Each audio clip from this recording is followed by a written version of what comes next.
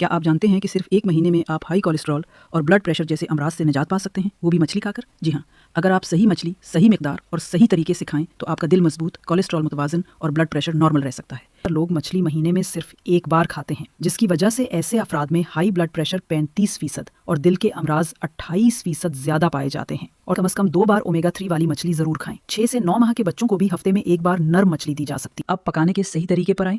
अगर आप वाकई मछली के ग़िज़ाई फ़वाइद हासिल करना चाहती हैं तो उसे ज़्यादा दर्जा हरारत वाले तेल में तलने से गुरेज करें। तलने से ओमेगा 3 फैटी एसिड्स ज़ाया हो जाते हैं। इसके बजाय उबालकर, भाप में पकाकर, ग्रिल या बेक करके तैयार करें। एक बालिग शख्स के लिए एक वक्त में 100 से 150 ग्राम यानी 1 हथेली के बराबर मछली बेहतरीन मिकदार है। ज़्यादा खाने से कोलेस्ट्रॉल बढ़ सकता है, कम खाने से ग़िज़ाइयत पूरी नहीं होती।